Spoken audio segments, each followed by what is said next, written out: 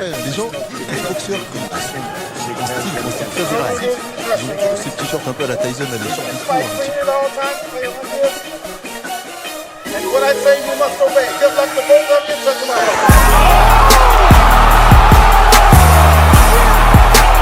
Et là, Maïva, ce sont les deux. Ouais, magnifique crochet. Magnifique shot. Ah, c'est un vrai coup au corps. Et ouais, le crochet au foie, il a touché. Là, c'est un vrai coup au corps. Pendant Bigouan, encore un rouge. Au corps. Allez, ça va être dur là, Diaz qui a arrêté. Oui, forcément, elle remet un genou au sol. Et elle regarde son point.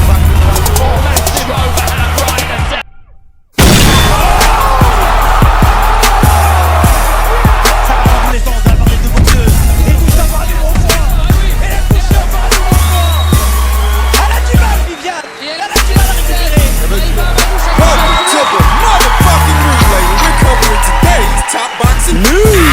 Okay, we'll start with this one. Breidis had this to say. He says he's considering a move to heavyweight. It feels fantastic to have won the Muhammad Ali Trophy. It feels like a dream. Me, my team, my family, we have been waiting for such a long time for the trophy. Thank God. We did it, and I'm really happy about it. I was down after the Usyk fight, said Breidis. Usyk was better that night, and it is what it is. But looking back, I can see that a lot of things around me and in my team have changed, and everything has gone better since that fight. I really don't know if I would have won that night if my career would have advanced the way it has. In reference to the Junior Dorticos fight and the performance he put on, he said, "In the first rounds, I felt how dangerous Dorticos is, but I got used to his style, and in the later rounds, we didn't risk too much. We just boxed what we had prepared. I'm very satisfied with my performance. I hope to produce a fight for the Latvian fans to be proud of me. The fans couldn't be at the arena, but at least through TV, I hopefully brought them some emotions. It's a shame I could not share my feelings with my fans and with the people who believed in me, who prayed for me and sent me very energetic and strong messages. But it feels amazing to show the fans that the trophy is finally in Riga after such a long journey.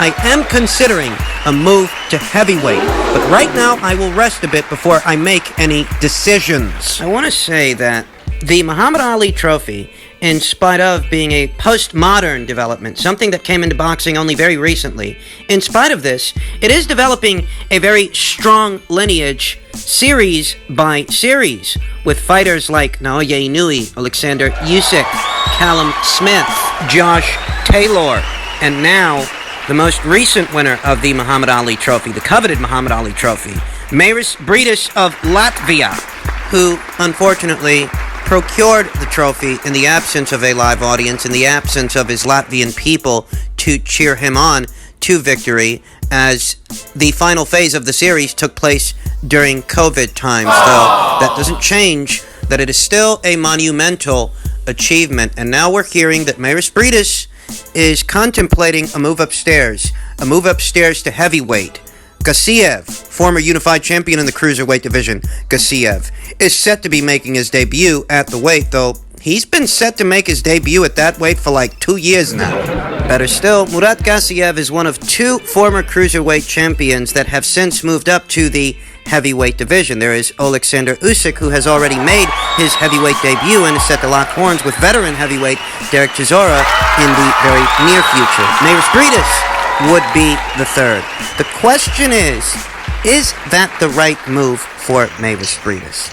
In truth, Breidis is actually a better, craftier, more cerebral boxer than most of the guys up there in the heavyweight division. I think he packs a respectable enough punch that it would carry, and through his boxing, I can think of a few guys that he might actually be able to beat. But once he gets to that upper echelon of heavyweights, that top 10, that top 5, Breidis isn't even big as far as cruiserweights go. He's a moderately sized cruiserweight, and he'd be a small fry as far as heavyweights go. It's the same exact peril that Murat Gassiev and Alexander Usyk face as cruiserweights, having moved up to the heavyweight division.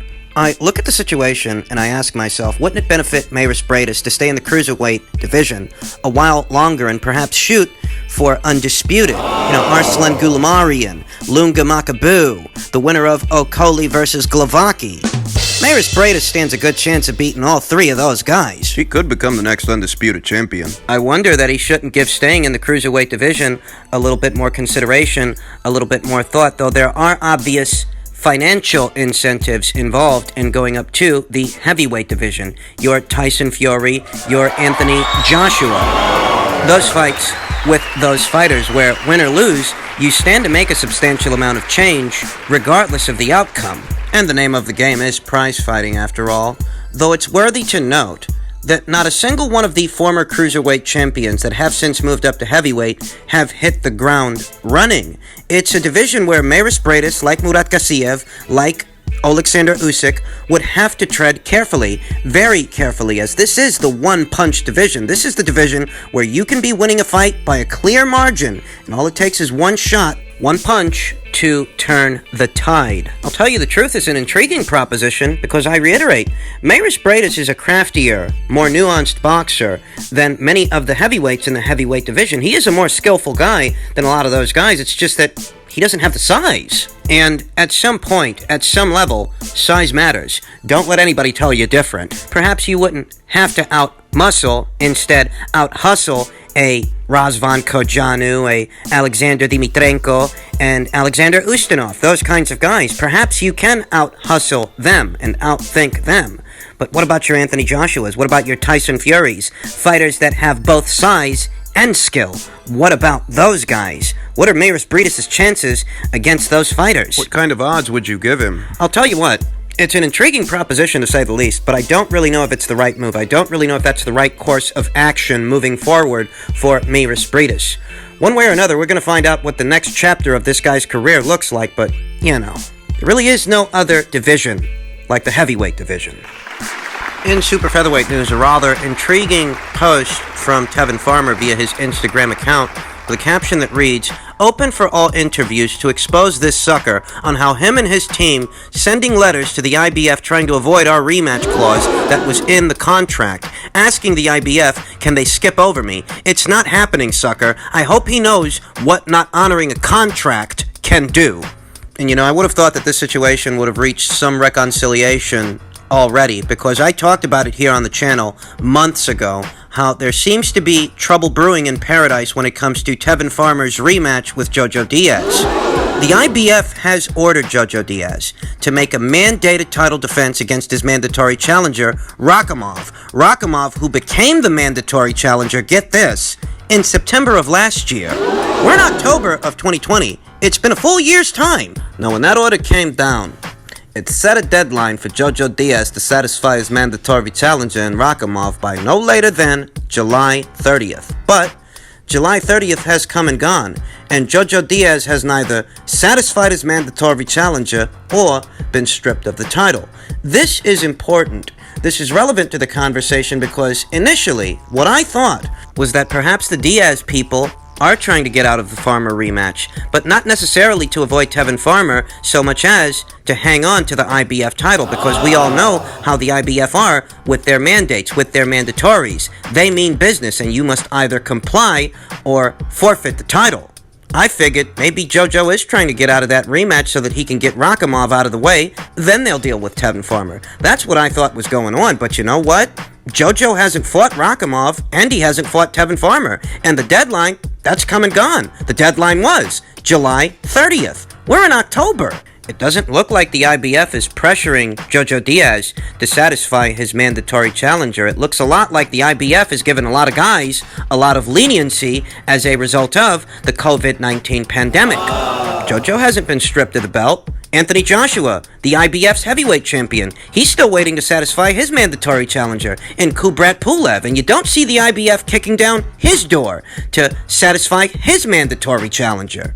What that communicates to me is that Joseph Diaz had plenty of time to fight Tevin Farmer again. I mean, since boxing has resumed, look at how many cards Matchroom has staged. The Fight Camp series, the Cecilia Brækhus versus Jessica McCaskill fight in Tulsa. Neither Tevin Farmer or Jojo Diaz command massive purses, you understand. These aren't the kind of fighters where you gotta pay a guy $20 million, $30 million, $35 million. Nothing of the sort. No way. For perspective, the Vasil Lomachenko versus Teofimo Lopez fight is underway, and that is a more sizable fight than this fight. That is a more high-profile fight than this fight. And all the particulars in association with that match have been ironed out, and it's set to go down in a few weeks' time.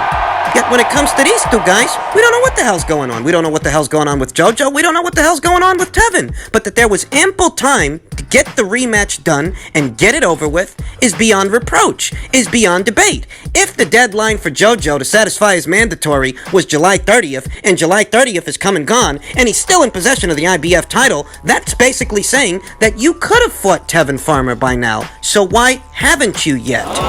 Is it the way that Tevin Farmer says it is, that you guys are trying to get out of that rematch? And it ain't got nothing to do with no mandatory. It's important to note that Matchroom has already started staging cards, and they have plans to stage more cards for the fall. That leads me to believe that if anybody's dragging their feet here, it has to be the Golden Boy Promotions side of things, because you'll notice that they haven't been staging cards, and per the reports, these guys are only set to stage 2 more cards before the year is out. They're all tied up with that Canelo Alvarez situation. Perhaps that's a part of what the holdup is.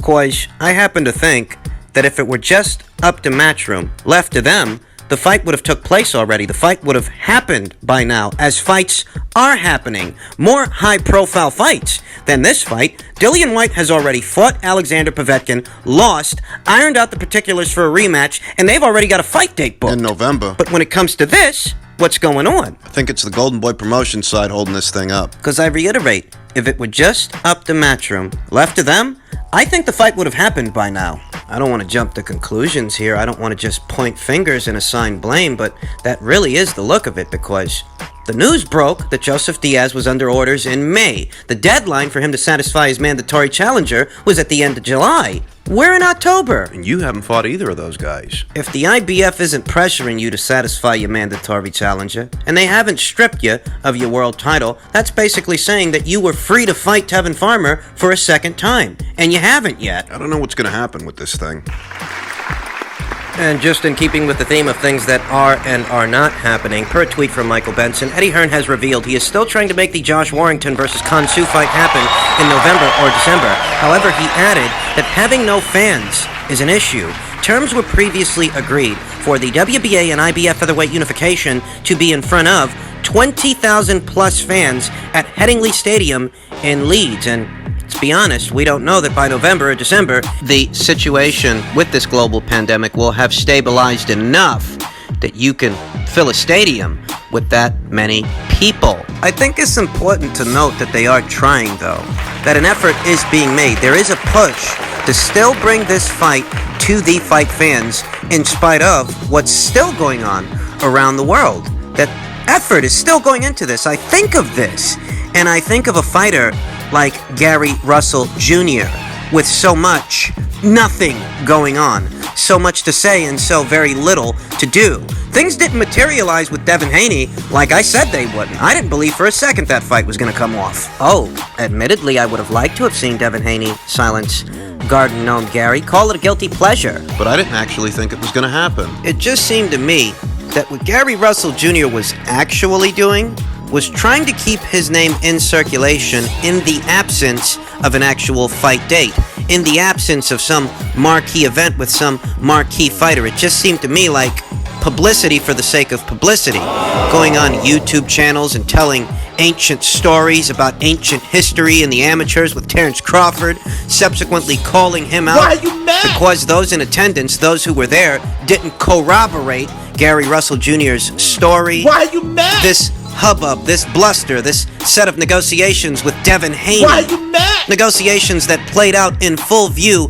of the boxing community, in full view of the public eye. It seems to me like what Gary Russell Jr. really wanted wasn't a fight, he just wanted publicity. I think about that, and I think about how even now, another champion in his same weight class, that champion's team, that champion's promoter, is still trying to stage a high-level fight, a unification match, while Gary Russell Jr. is, I don't know, trying to relive his glory days from the amateurs. Whilst he points a camera at his face, issuing call-outs to fighters, he has no actual intention of fighting. It's no wonder Gary Russell Jr. finds himself in this predicament. It's no wonder that Leo Santa Cruz Blew him off. just didn't view him as a priority of any kind, and has so decided to fight Gervonta Davis instead, in spite of Leo Santa Cruz's reign as a champion being parallel to Gary's. They were both champions at the same weight at the same time. And Leo Santa Cruz has left the featherweight division. He's in the super featherweight division now. But Gary's still there at featherweight, doing absolutely nothing with his time except wasting it, while world champions like Josh Warrington, They're working. their teams still work hard to get those fighters out there, keep those fighters fighting. Said it before, and I'll say it again. When it comes to Gary Russell Jr.'s situation, it's a self-inflicted wound. If he's a victim of anything, he is a victim of his own complacency, his own lack of ambition. Those guys over there at Matchroom are operating under the same exact extenuating circumstances as Gary Russell Jr. and everybody else. So the question then becomes, what's Gary's excuse? So you didn't get to fight Leo Santa Cruz. Are you looking to fight the winner of Warrington versus Zoo? Are you looking to fight the winner of Navarrete versus Villa? Those two guys are set to fight for the newly vacated WBO title. Are you interested in having a fight with the winner? What?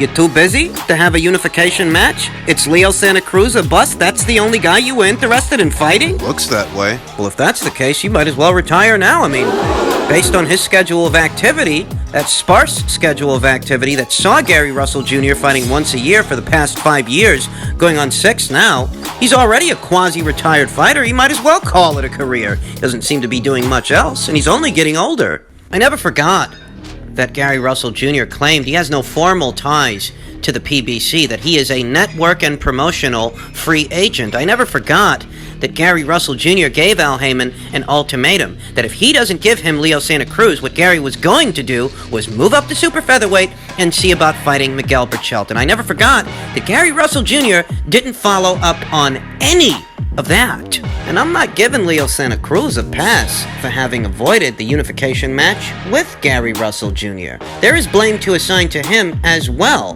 But okay, the guy didn't fight you. The guy ducked you. What are you going to do about it?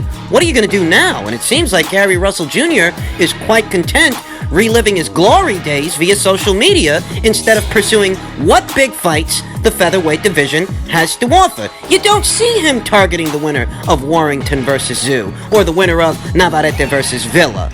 All you see this guy doing is pointing the camera at his face and talking a good one, because if he's good at anything, he's good at that.